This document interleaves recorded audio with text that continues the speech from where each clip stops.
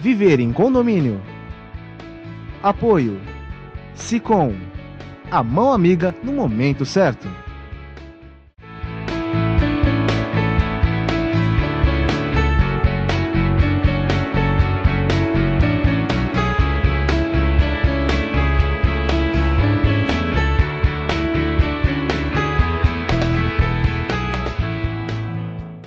Olá, meus amigos, estamos iniciando mais um programa Viver e Condomínio aqui na TV Com, canal 11 da NET. Muito obrigado pelo seu costumeiro prestígio, estando conosco, participando também conosco através do Facebook, mandando para nós pautas, sugestões. É sempre muito importante ter a sua participação conosco. Está conosco também nosso comentarista, Rubens Moscatelli, presidente do Sicom.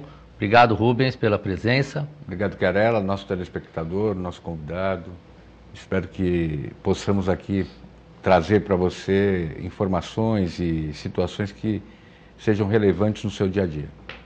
Hoje está conosco, aceitou o convite gentilmente, o vereador Adilson Júnior. Ele é do PTB, atuante aqui dentro do município de Santos, tem alguns projetos já aprovados, emendas, nós vamos poder falar muito sobre isso. Muito obrigado por ter aceito o nosso convite, é sempre um grande prazer tê-lo aqui conosco, viu? Eu que agradeço, Querela, Rubens, amigos de casa, uma satisfação, uma alegria poder estar aqui debatendo, conversando, né, e, acima de tudo, publicizando as nossas ações. Obrigado mais uma vez. Bom, gente, antes de a gente falar aí da política, da municipalidade, para você que está em casa e tal, vamos falar de política nacional um pouquinho, né?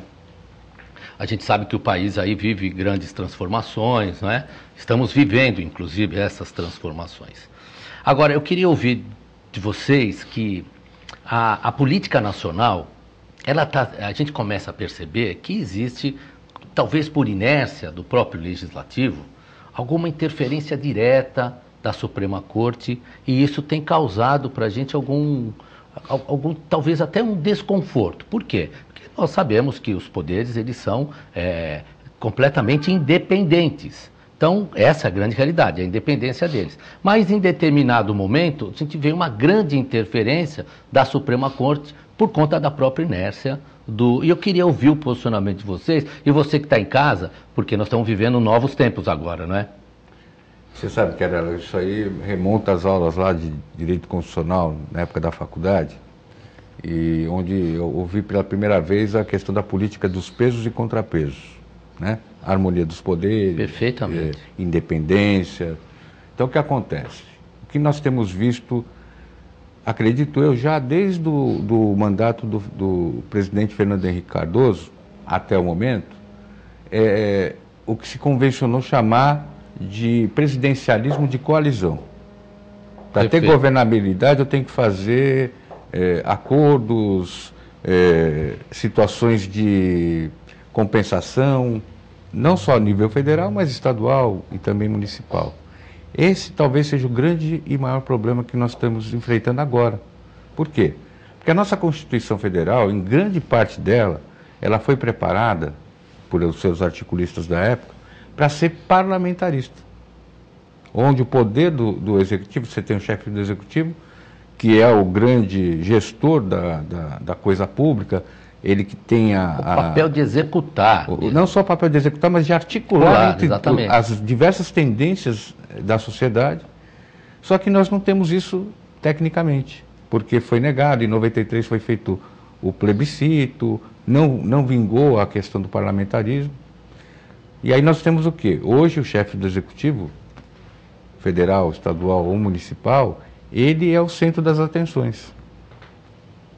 E aí você acaba criando o quê? Dentro da política. E hoje mais do que nunca, né? Mais do que nunca. Você acaba gerando na política o quê? Uma situação sem muito fundamento, onde acaba se discutindo as questões da administração no legislativo. Não que isso não deva acontecer, mas deve acontecer pela lei na questão da fiscalização. Perfeito. E o judiciário acaba fazendo o quê? Bom, já que o legislativo não faz a lei, faço eu. Vou pôr meu dedo ali. Agora, vereador, a gente sabe, como bem colocou o Rubens, né, que não se governa sem a coalizão. Sem dúvida. Isso é política, não é? Eu não governo a minha casa sem a coalizão com a minha família e com os meus filhos. Isso é natural da política. Política é essa. Não estamos falando da política partidária, que aí nasce a política partidária. E aí a gente precisa entender. Então, quando a gente observa isso, eu tenho percebido uma grande onda vindo por conta de talvez essa mudança para um parlamentarismo. Que a gente está percebendo que alguns caminhos, muito veladamente, têm levado a isso. E qual o seu posicionamento? O que você entende desses pontos? Político que vive, inclusive, de trazer benefícios para a municipalidade por conta da própria legitimidade na qual é eleito, porque foram votados diretamente, né? Você vê esse painel todo? Eu acho que há tempos, realmente, primeiro, de fato, a interferência dos poderes, ela está explícita. Não é? Essa questão que deveria existir da harmonia dos poderes, e aí, não só na interferência do executivo com o legislativo ou vice-versa, mas em especial com o judiciário, ela é iminente, não é? Em todos os campos. Você vê que, às vezes, mesmo o Ministério Público, ele deixa de exercer o seu papel enquanto instância de Ministério Público e ele atua ou tenta atuar como um executivo, não é? Ou mesmo o judiciário, através dos juízes e tal, e aí sem fazer juízo de valores, se certo ou errado, mas você vê a questão do juiz Moro, por exemplo, que ficou explícito aí falando só da questão constitucional ou de suas barreiras, que de fato avançou demais, né? Avançou sobremaneira dos seus competes e das suas competências do ponto de vista de judiciário de primeira instância, né? Ou seja, então você vê essa interferência e por muitas vezes levada pela opinião pública, que tem que ser prevalecida, é claro, tem que ser minimamente ouvida, mas respeitando as suas posições, não é? Essa questão do parlamentarismo, eu não sei, ainda não tem uma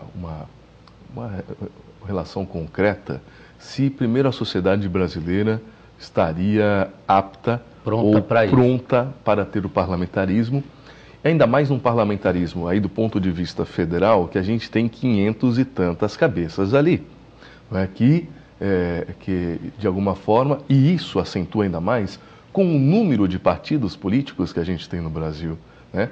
Porque se você observar, por exemplo, os Estados Unidos, ele não tem só os dois partidos, mas só detém assento aqueles que de fato têm representatividade. Aqui não, tentou-se isso com a cláusula de barreira, que de alguma forma acabou sendo impedida, essa cláusula de barreira. Nós não só deixamos o número de partidos que tínhamos ainda existindo, mas criamos novos partidos. Ora, não é imaginável que uma sociedade tenha 20 e tantas diferenças ideológicas. Perfeitamente.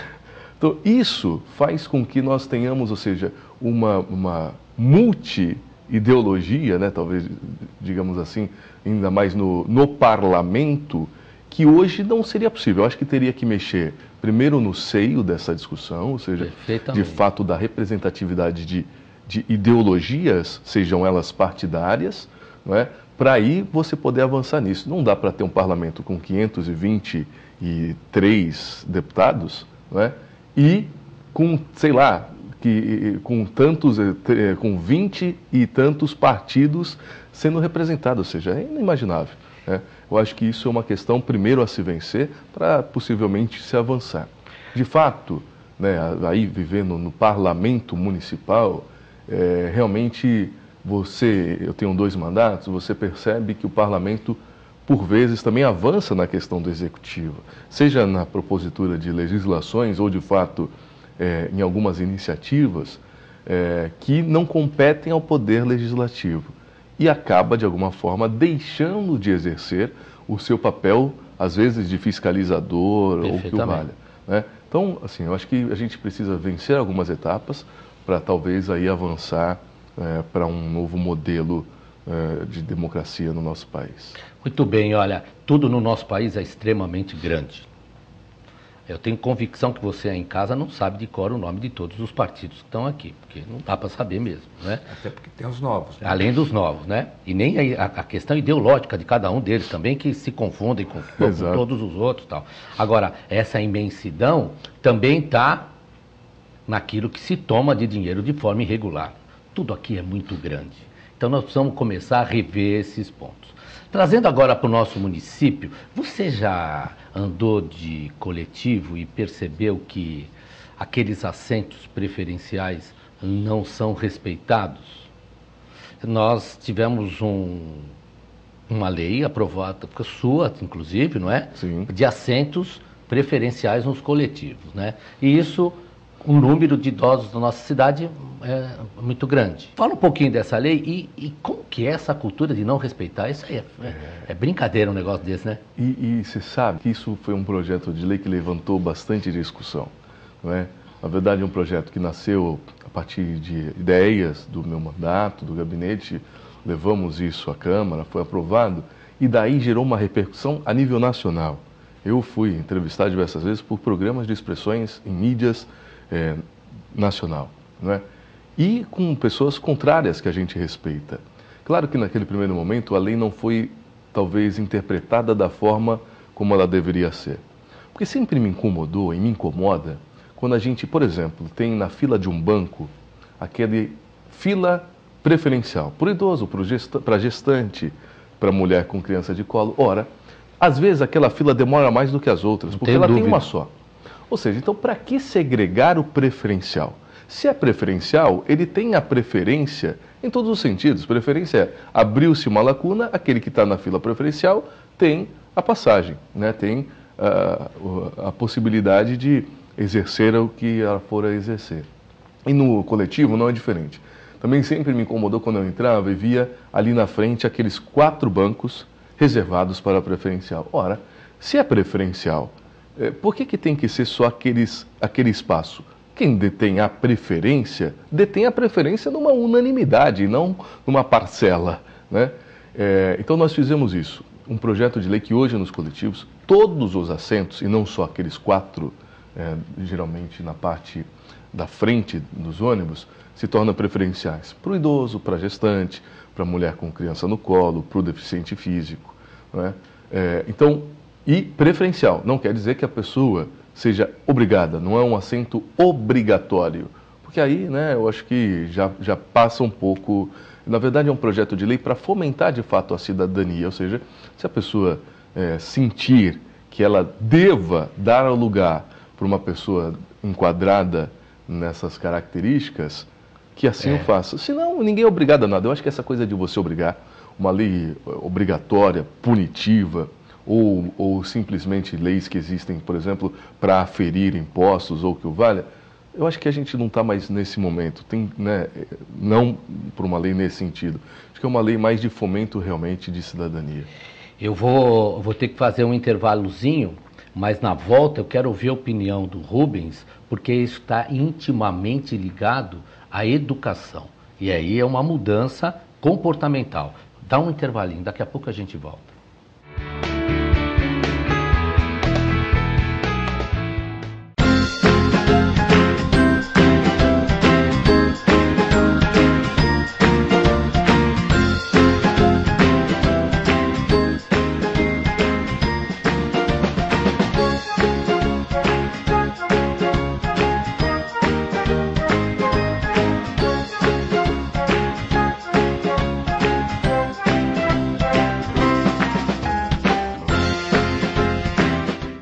A AC Serviços é uma empresa que se dedica à prestação de serviços especializados em condomínios, administradoras, indústrias, entre outros. Terceirize sua mão de obra especializada com a AC Serviços. Você ganha tempo para pensar no mais importante, sua gestão. Nossos serviços são exemplos de ações e soluções práticas, com padrões de atendimentos personalizados que garante aos nossos clientes a eficiência e a boa aparência dos nossos funcionários. AC Serviços. Telefone 3324-3057. Sabe o que essas crianças vão ser quando crescer? Serão adultos que poderão escolher suas carreiras e decidir pelo próprio futuro, pois hoje, as empresas que participam do programa Empresa Amiga da Criança investem no presente para mudar o futuro de muitas crianças e adolescentes. Crianças que brincam e estudam crescem mais sadias, desenvolvem-se melhor e tornam-se adultos que farão a diferença amanhã. Junte-se à Fundação Abrinq e seja uma empresa amiga da criança.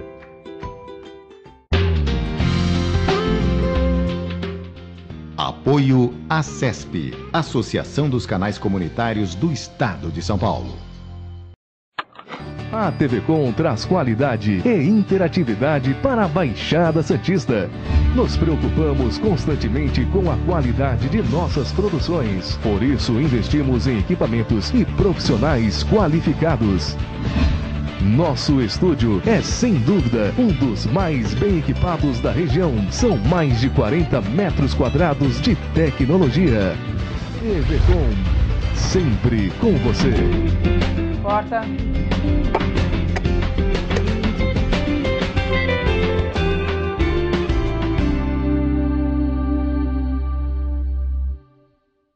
Ao verem uma criança pobre e doente, todos querem cuidar dela. Mas você sabe como? O Saúde Criança sabe. Cuida da saúde e do remédio da criança. E também da educação, do emprego dos pais, dos documentos da família, da condição da casa. E cuidando disso tudo, cuida de verdade da saúde da criança. Em 21 anos, o Saúde Criança já cuidou de 43 mil pessoas. E com sua ajuda, pode cuidar de muito mais. saudecriança.org.br. Conheça, ajude. Se você quer algo diferente e está por dentro de tudo que acontece em sua cidade, mande dicas, sugestões de pauta pela nossa fanpage, facebook.com/tvcom.santos. Interaja com a programação da sua TV Com. TV Com, interagindo com você.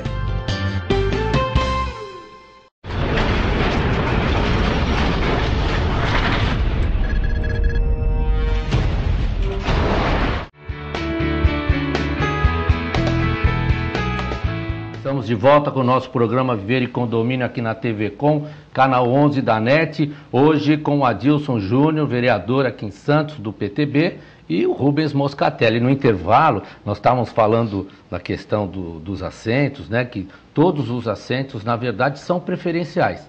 A questão aqui é educação mesmo, é mudar o comportamento. Se você vê que tem alguém que precisa sentar, será que precisava ter lei para isso? Para poder ensinar?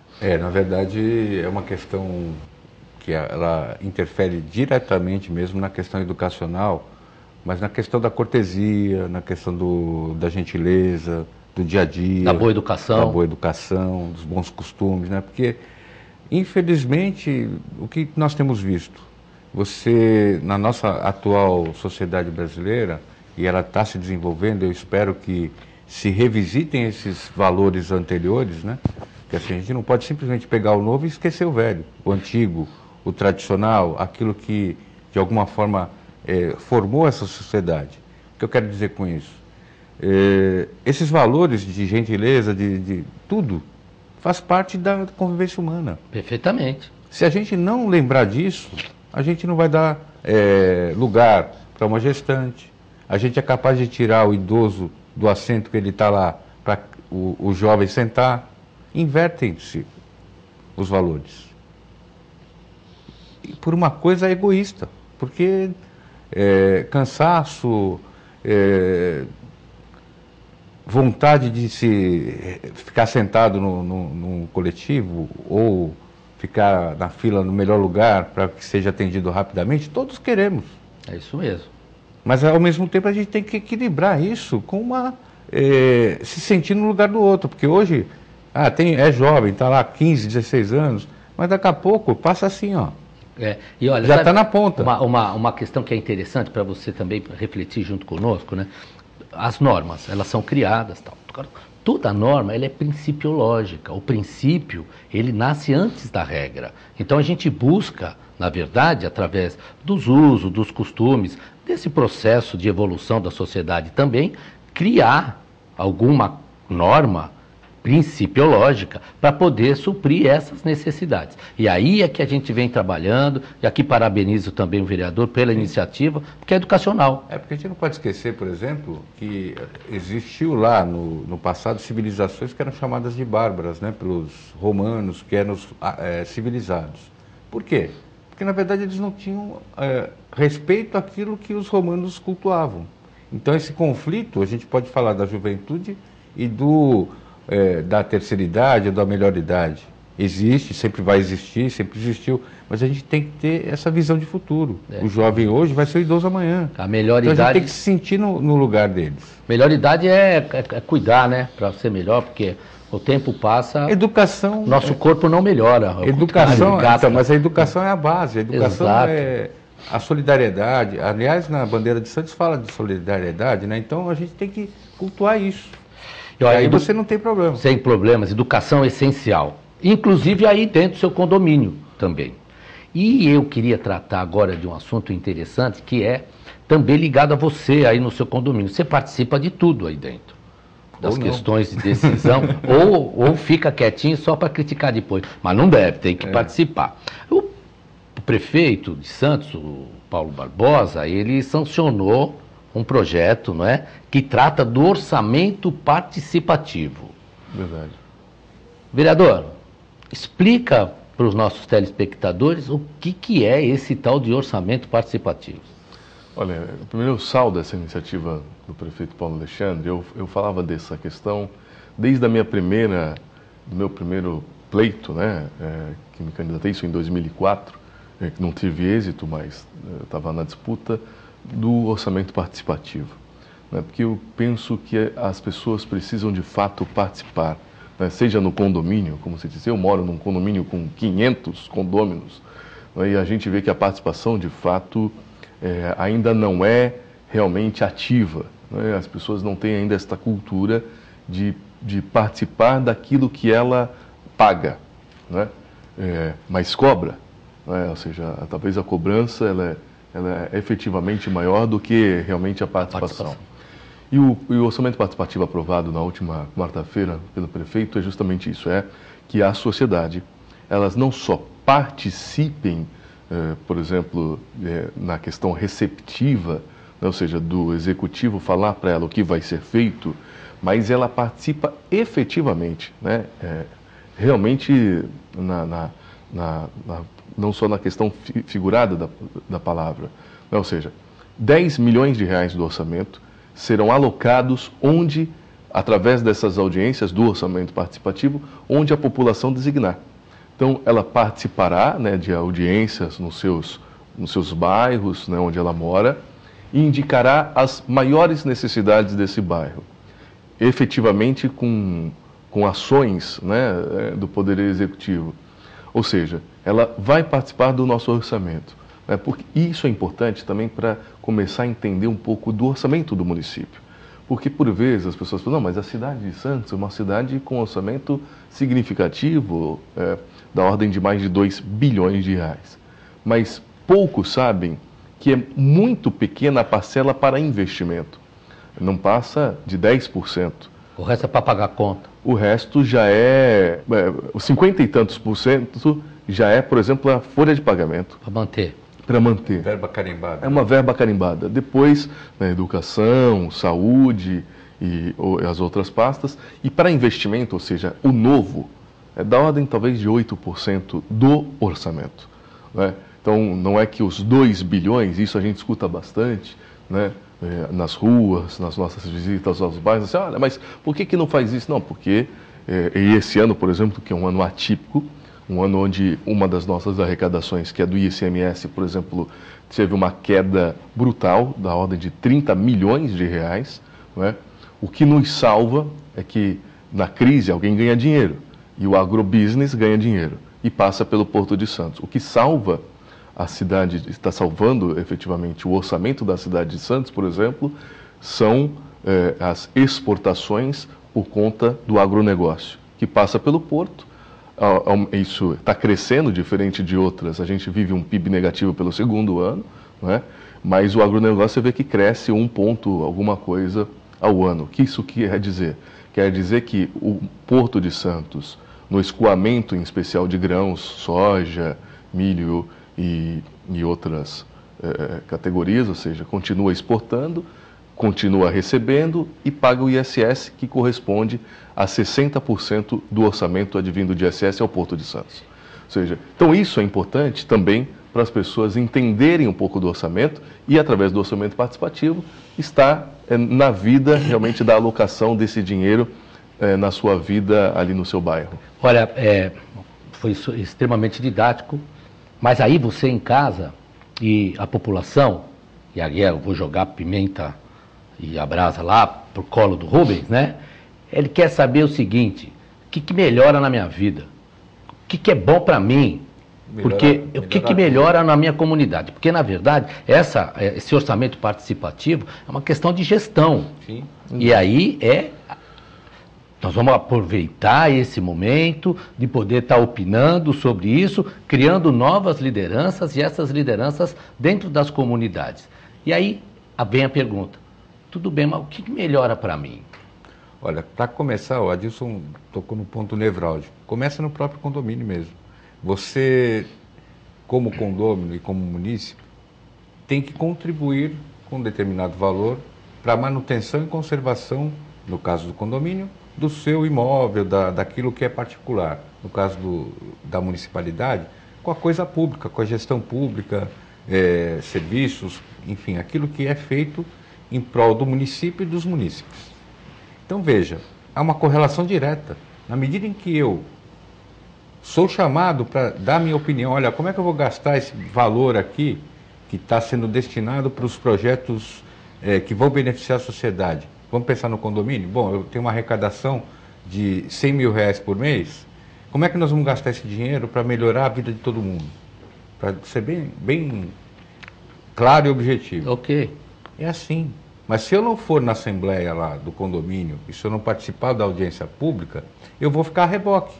E não vai adiantar depois ficar reclamando. Então é assim que começa a cidadania. Se eu não vou lá, dou minha opinião, posso ser vencido, porque eventualmente aparece uma ideia melhor, ou uma ideia pior que acaba convencendo as pessoas, isso é um jogo democrático. E ele só vai ser bom se você o exercer. Perfeitamente. Perdendo ou ganhando. Porque todo mundo acaba ganhando. Porque você tem uma opinião, diverge da minha, que diverge da do Adilson, mas de repente, buscar o consenso. Daquilo ali que nós estamos divergindo, nasce uma quarta via. Isso, exato. E olha, viu, gente, os municípios, as cidades com mais de 20 mil habitantes, por força de lei, ela tem uma participação direta através da internet, que é uma questão de divulgação disso. E você é obrigado, o governo é obrigado a disponibilizar para você, né, que é a chamada Lei da Transparência. Então, você tem lá, consegue ter acesso através do município, saber tudo isso. O nosso programa ficou curto, a bem da verdade, e aqui, de antemão, já fica convidado para voltar, porque nós tínhamos muito mais assuntos para falar. Rubens, suas considerações finais. Realmente ficou curto, porque também o entrevistado tem amplo conhecimento nas matérias que foram aqui abordadas, e a gente fica feliz de poder passar essas informações para você. Esteve conosco Adilson Júnior, vereador aqui do município de Santos, do PTB. Muito obrigado por ter vindo, também suas considerações finais. Obrigado, eu que agradeço mais uma vez o privilégio de aprendizado, quando a gente tem duas pessoas cultas, a gente acaba também aprendendo bastante, e a oportunidade da gente poder publicizar aos seus telespectadores o que estamos fazendo lá, o porquê fomos eleitos, à frente da Câmara Municipal de Santos. Um grande abraço a vocês, que Deus os abençoe. Está convidado para voltar. Com muito prazer. Tá certo? Gente, nosso programa terminou. Muito obrigado pelo seu prestígio, pela sua participação. É muito bom ter você conosco e nos permitir também que entre aí na sua casa. Fiquem com Deus. Até a próxima oportunidade.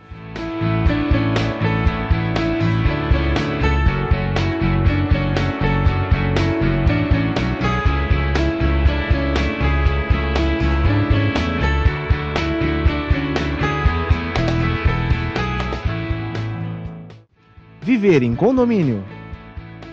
Apoio Sicom, a mão amiga no momento certo.